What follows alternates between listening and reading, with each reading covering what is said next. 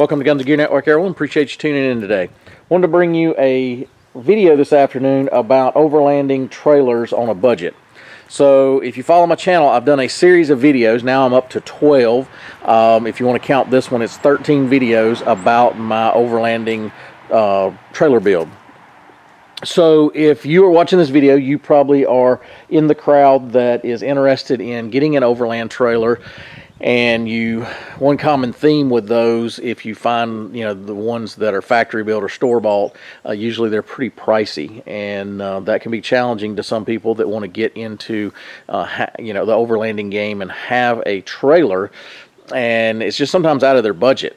So that's the discussion today. A little bit about mine. I've done, if you want to count this video, it's 13 videos in a series of videos about my build, where I took a M-416 military trailer and built, what I consider a usable overlanding / camping trailer. So you're going to have to get creative, you're going to have to research, you're going to have to study a lot and maybe drive a little bit to pick up, a trailer or whatever. Research, maybe possibly building your own, learning how to weld, things like that, but it can be accomplished. Now, I spoke about this in some other videos. There's different style trailers, and, you may not be able to afford the one that you want, the specific style. So I'll briefly discuss the styles real quick. So you have an open concept like this one. You have a trailer like this one, but it maybe has some kind of lid structure to it. You also have an enclosed style that is like a big box. And Smittybilt comes to mind. They just recently launched theirs to market a couple years ago. And you have that style. You have teardrop style, which is designed to really sleep in. That is an enclosed trailer. And there's advantages and disadvantages to all of those. And the most of that is obvious. A teardrop trailer you sleep in. Well, that means all the gear that you stored in it, you're going to have to pull out, and then it's going to be exposed to the elements, but you have, a place to sleep. If you have an enclosed box style like the Smittybilt, you are limited with that to what you can do with the trailer other than just overlanding and camping. So if you're looking for something a little more versatile that you can take to, say, Lowe's and pick up some lumber or pick up a load of wood, whatever, that trailer would be challenging to do that with. The obvious with this one, it's open, so it can be used as a utility trailer, which is kind of what the military designed it for, to be able to haul cargo and things like that, but again, exposed to the elements and less secure when it comes to being able to lock things. So what I did was I tried figuring out the best of both worlds within my budget. And so before we get too far into the build itself and kind of an overview with that, I've got around $2,000 in this trailer, including all the accessories that you see. So my build list, my goal was under 20, or to stay at around 2,500, and so far I'm still under that, and I'm not finished with the build. But and some of these things can be removed. So like this jerry can, am I including it in the build? No, but I am including the jerry can mount that obviously still can be removed. The tongue box can be removed. So I could sell all that stuff separately, but I'm talking about what's bolted to the trailer that most likely I'm not going to remove, and I would sell it as a complete package later. So the trailer itself, I dug around and found one that was in really good condition, that I had to do some work on, and again, the series of videos explains all that and shows all that. But I spent around $1,000 for the trailer to begin with, and it is definitely heavy duty. They were designed for the military. These things saw action in Vietnam and all kinds of places that they held up just fine. This one right here, matter of fact, was bought at auction, or at least bought on surplus, by my state from the military, and then turned into a welding trailer where they went out and did roadside repairs on bridges and overpasses and guardrails and things like that. So it's seen a lot of heavy duty use. Most states are not easy on their equipment there, because that's just the way it is. But so you can find them out there.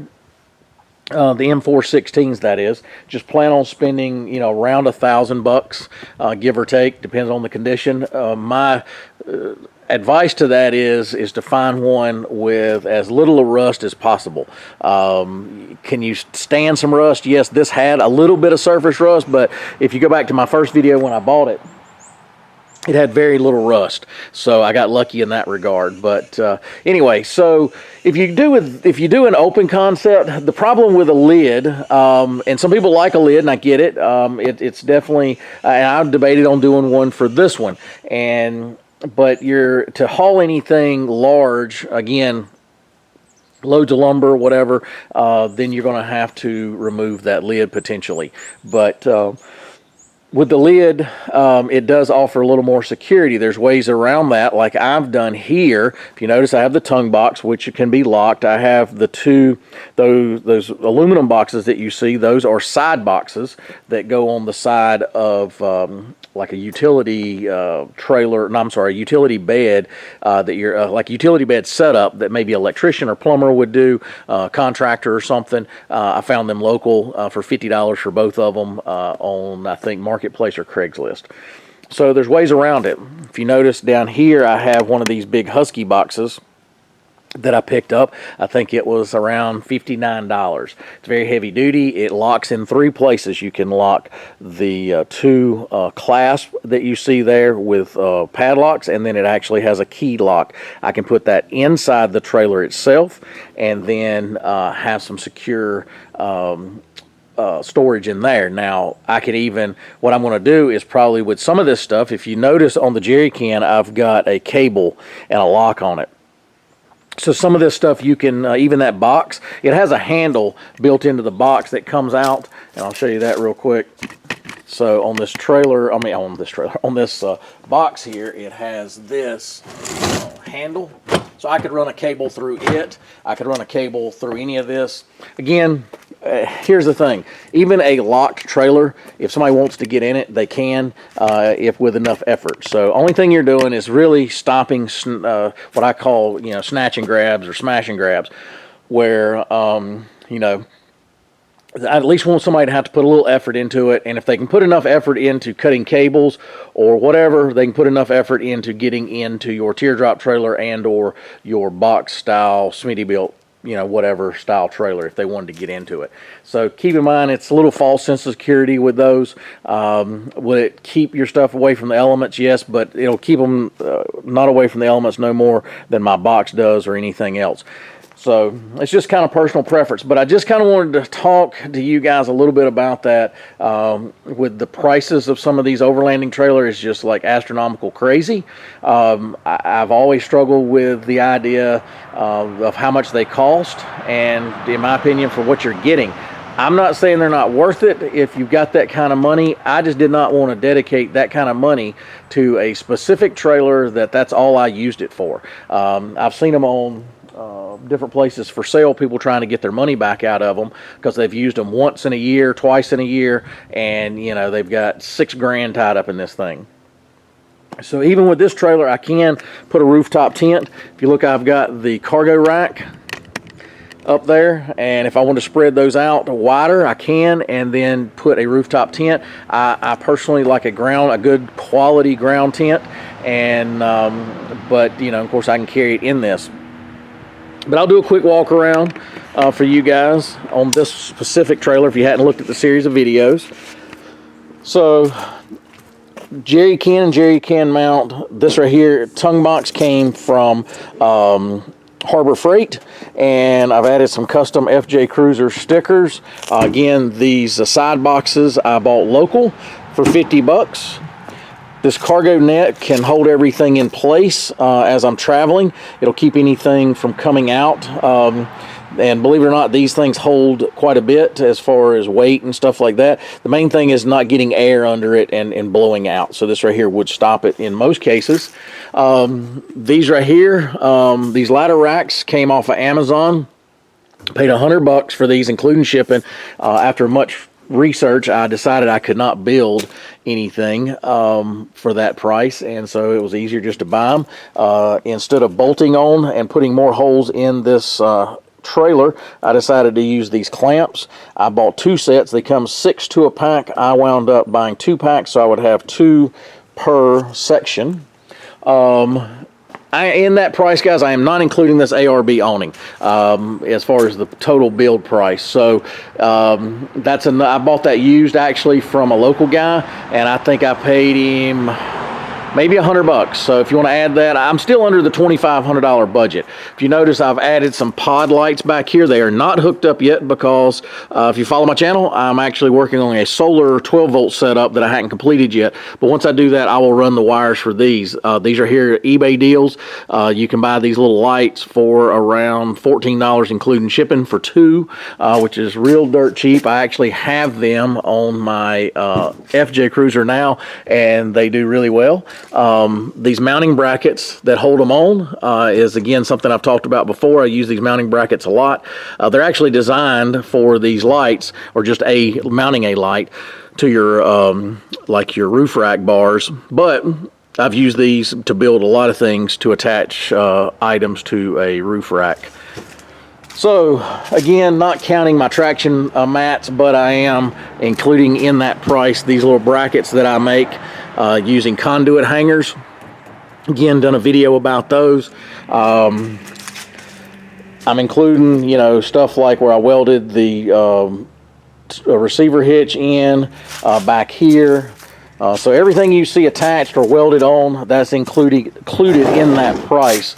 But I've got a mat in the bottom. It keeps things from sliding around as much, keeps the bed protected.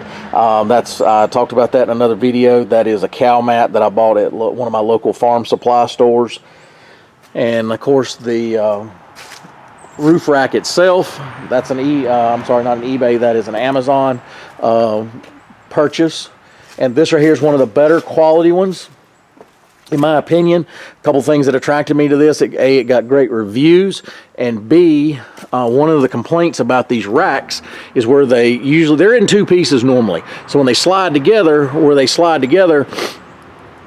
water will intrude into that and then cause rusting on the inside, which then causes rust and rusty water to drip out on your roof. They actually give you these rubber sleeves for this one that actually protects that from happening. So I like that. So there's no way water is going to get inside of this, and that's what happens, is where it attaches together. Water gets inside, causes that metal on the inside because it's not painted or protected, and it'll rust, and then water will run out of it, and it's usually a rusty colored water, which stains your roof. They've thought of that with this. Like I said, gets excellent reviews. Again, custom stickers just to kind of give it a cool look. Got those off, both of those, the ARB and the TRD one, off of eBay. So just kind of wanted to discuss budget-friendly off-roading overlanding trailers. You don't have to spend, 6, 7, 8, 10 grand to have a really nice, capable trailer and be able to go off-roading and overlanding. So to give you an example, with this trailer, if you, and I'll do a video about a Kodiak canvas tent. They come in different sizes. They get excellent reviews. They're just like awesome, awesome, awesome for what you pay for them. They're usually cheaper than a rooftop tent. Even like a 10 by 14, which is monstrous big, that you can put a wood stove in and all that stuff. You're going to have to custom do the applications for as a wood stove. They don't come with a stove jack built in.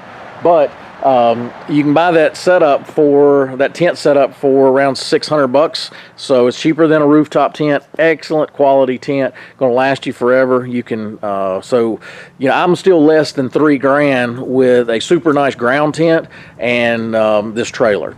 I'm less than $3 grand, and I can sleep and I can have this.